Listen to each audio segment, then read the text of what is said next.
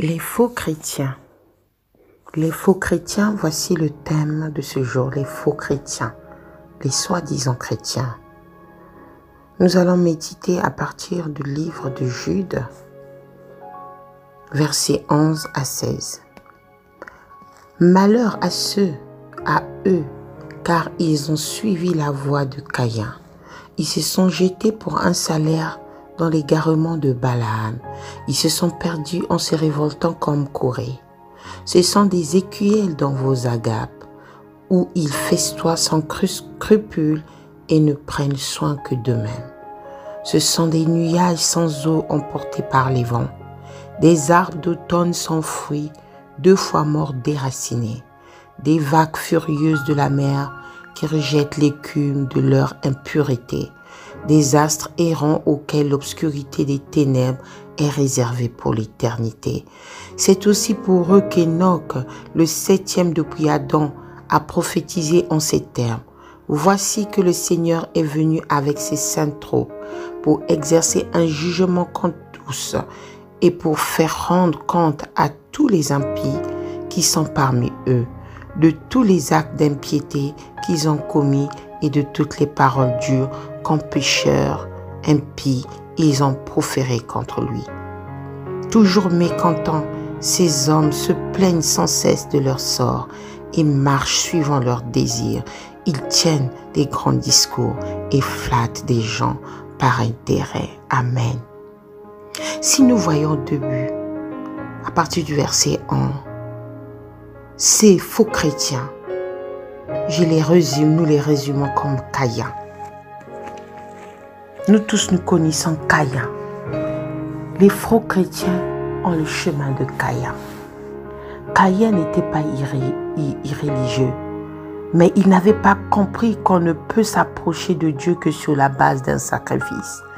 Contrairement à son frère Abel, il n'était pas un homme de foi. Aussi fait-il son offrande selon ses propres idées et par ses propres moyens. En offrant des agneaux premiers-nés de son troupeau, Abel montre qu'il se soumet à la pensée de Dieu. Mais Caïn refuse l'idée du péché et de ses conséquences en apportant le fruit d'un sol maudit, récolté par ses propres efforts. Ensuite, il n'écoute pas les instructions de Dieu. Il se rebelle rongé de jalousie et de haine contre son frère. Il commet un meurtre. Il y ajoute aussi mensonge et impudence à l'égard de Dieu. Son comportement illustre la religion qui substitue les rites et les cérémonies à la simple foi. C'est le chemin de la nature humaine, orgueilleuse, prétentieuse, qui cherche à se rendre juste par ses efforts et ignore la grâce. C'est peut-être une vie de belle apparence, bien organisée sans Dieu.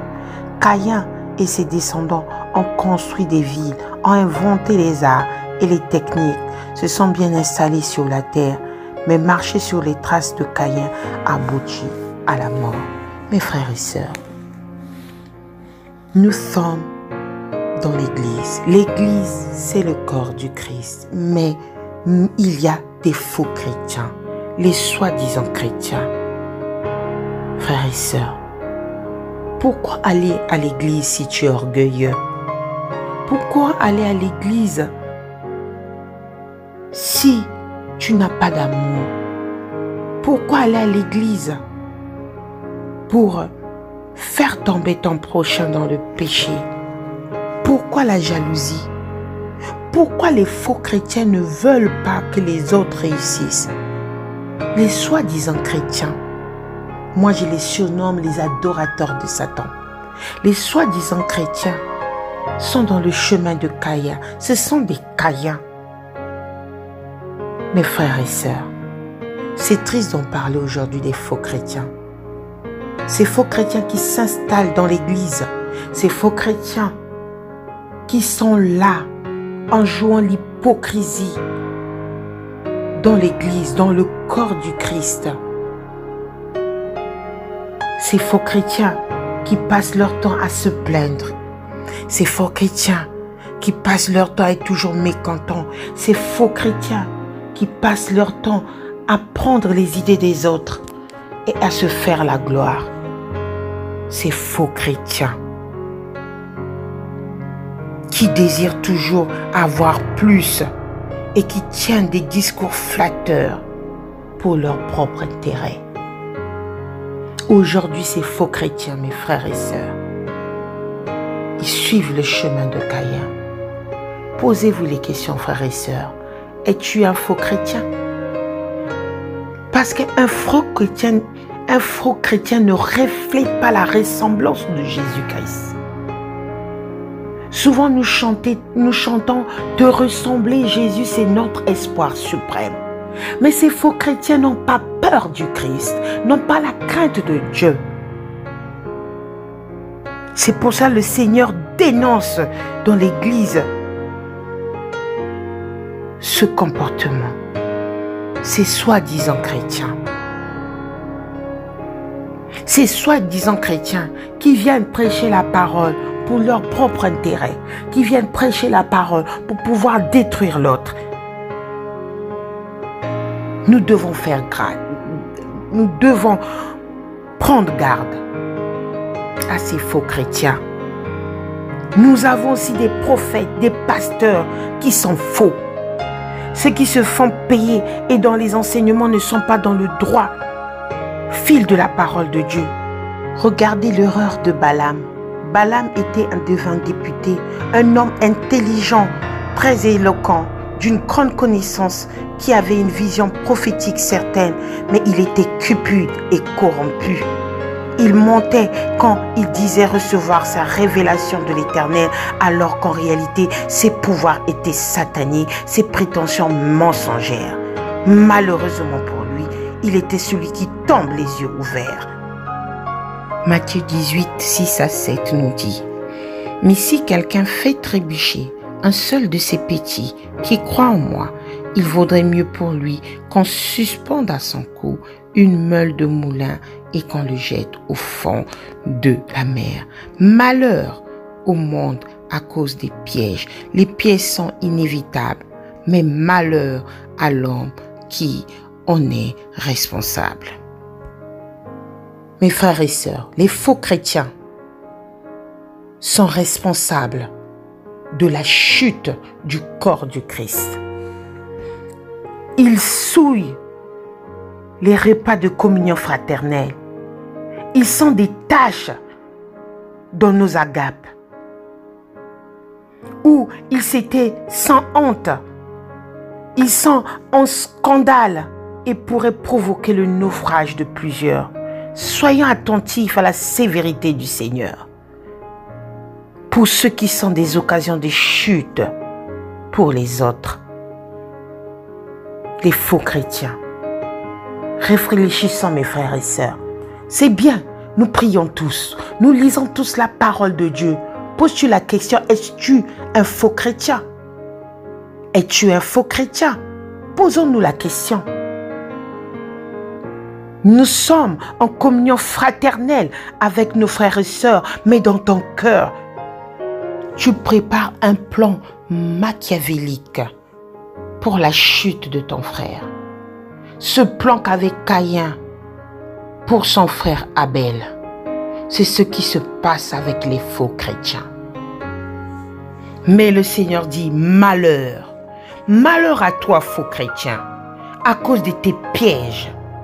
Mais malheur à toi qui en est responsable. Mes frères et sœurs, le mécontentement est la conséquence de l'égocentrisme. Quand le moi et le pôle d'intérêt, on s'abandonne à ses convoitises et avec beaucoup de beaux discours, on flatte les personnes dont on espère tirer profit. C'est vraiment le cas des méchants. 1 Jean 3, verset 12 nous dit: « N'imitant pas Caïn, il était du mal, il a tué son frère. Et pourquoi l'a-t-il tué? Parce que sa manière d'agir était mauvaise, tandis que celle de son frère était juste. Ne vous étonnez pas, mes frères et sœurs, si le monde vous déteste. Ne vous étonnez pas, mes frères et sœurs, s'il y a des faux chrétiens. Mais sachant une chose, Posons-nous la question si nous sommes des vrais chrétiens. Parce que parmi nous, il y a beaucoup de faux chrétiens. Mais marcher sur les traces de Caïn aboutit à la mort. Marcher sur les traces de Caïn aboutit à la mort. Quant à nous, nous savons que nous sommes passés de la mort à la vie parce que nous aimons les frères et sœurs. Voici le vrai chrétien. Nous sommes des vrais chrétiens. Si tu aimes ton frère, celui qui n'aime pas son frère ou sa sœur reste dans la mort. Tout homme qui déteste son frère est un meurtrier. Et vous savez qu'aucun meurtrier n'a la vie éternelle en lui. Voici l'exemple d'un vrai chrétien. Quant aux faux chrétiens, il est temps de naître de nouveau. 1 Jean 3, verset 9 nous dit « Quiconque est né de Dieu ne pratique pas le péché, parce que la semence de Dieu demeure en lui et il ne peut pas pécher parce qu'il est né de Dieu. » Mes frères et sœurs, posons-nous la question. Pose-toi la question. Es-tu un faux chrétien? Si c'est le cas, il faut naître de nouveau. Car c'est à cela qu'on reconnaît les enfants de Dieu et les enfants du diable. Celui qui ne pratique pas la justice n'est pas de Dieu, tout comme celui qui n'aime pas son frère. Bien-aimés, si notre cœur ne nous condamne pas, nous avons l'assurance devant Dieu. Soyez bénis.